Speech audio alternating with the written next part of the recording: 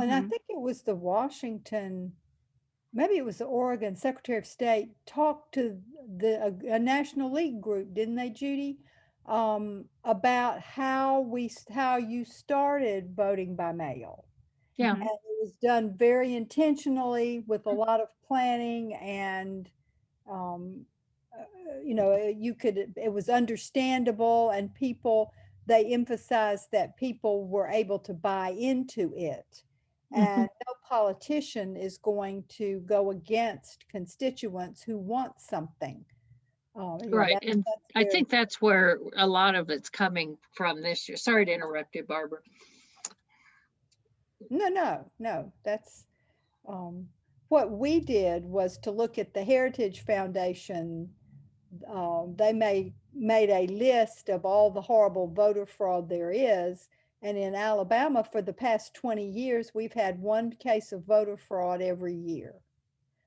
In 20 years, we've had almost 19 cases of voter fraud that were proven.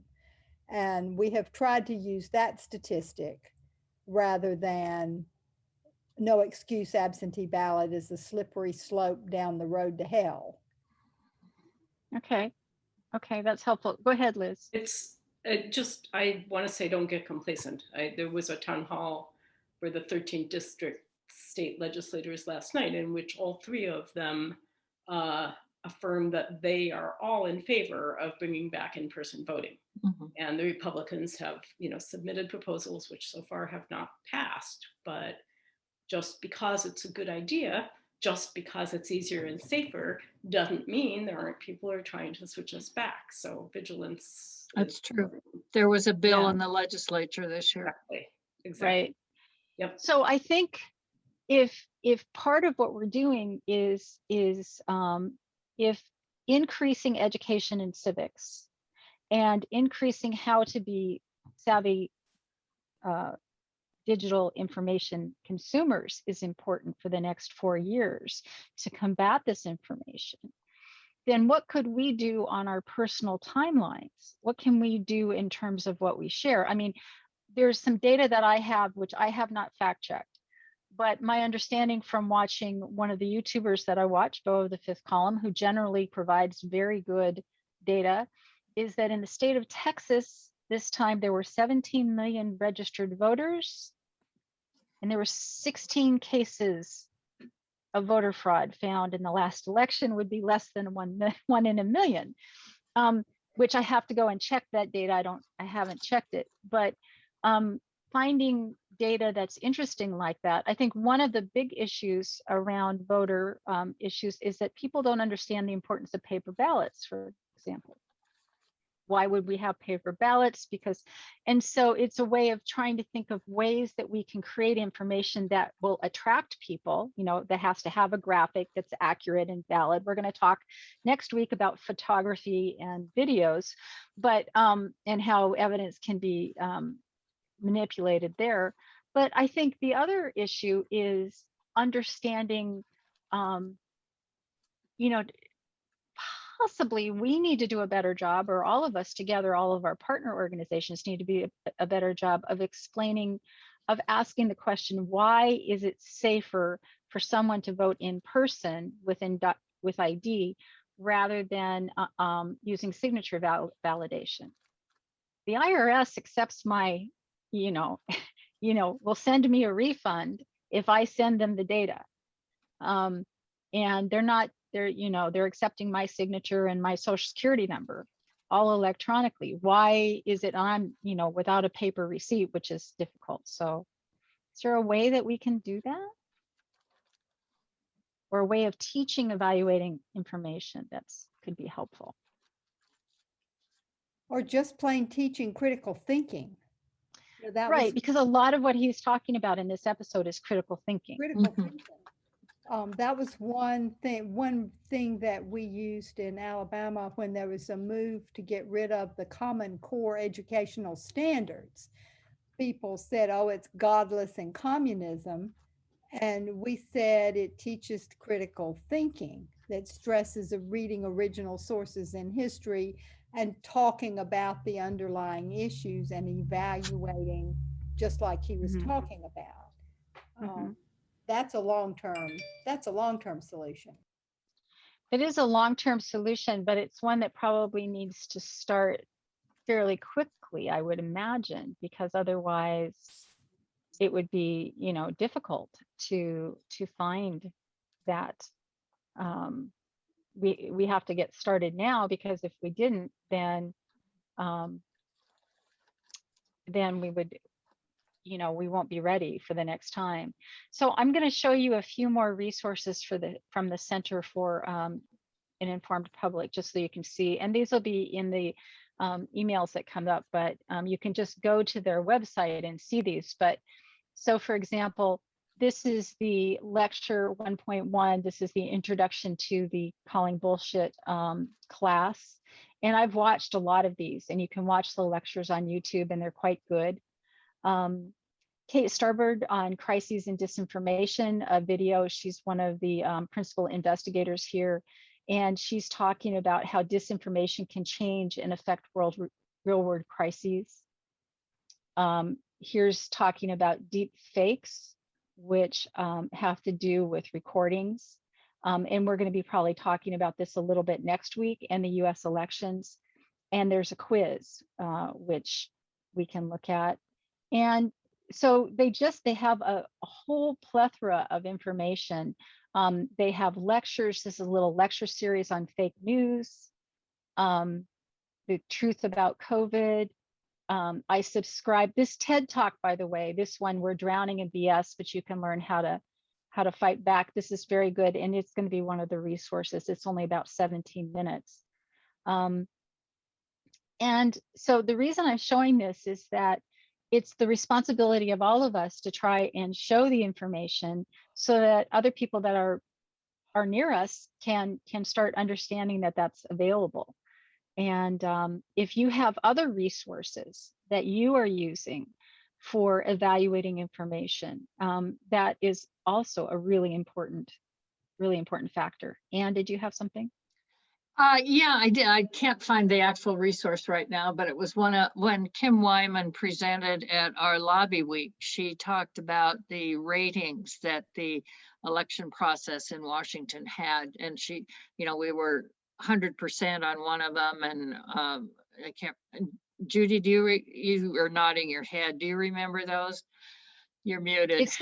It's the national rating system for the rating it's an external organization that rates elections, right? I don't have the link, but if you find the link, send it to us. Two different ones, and I'm sorry, I was making noise and trying to find my notes, and I couldn't. That's okay. That's all right. But that kind of information is available, and I would assume every state gets rated.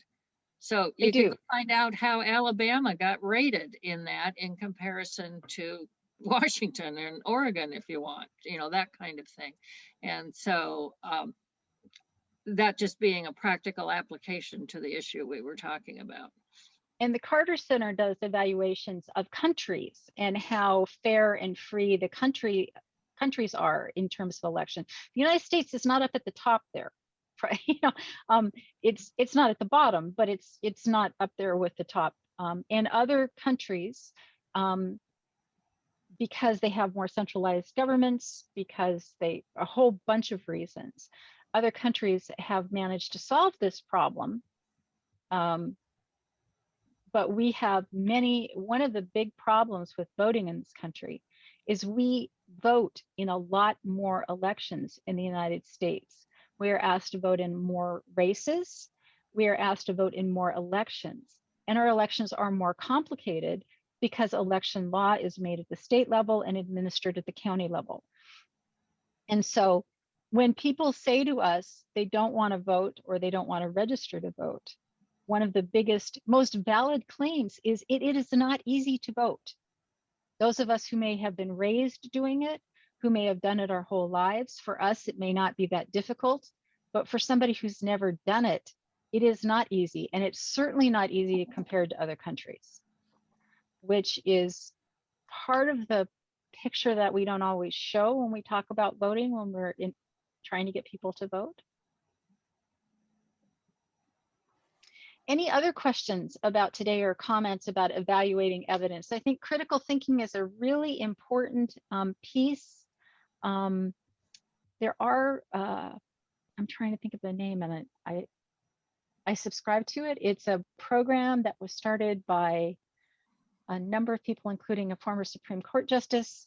It's like a iCivics. The iCivics program online has a number of games. They heavily invested in creating video games around civics and voting, and they have some games around data evaluation, and I will find the link to the iCivics programs. But iCivics is one of those things that can be used with adults even, and say, okay, let's play this game together and see how we do.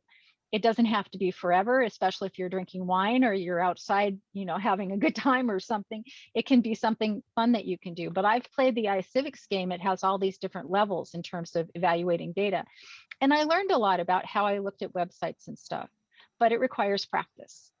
So just the last few questions is, how frequently do you check on evidence before reposting an article? Marcia? I don't repost. You don't repost, okay.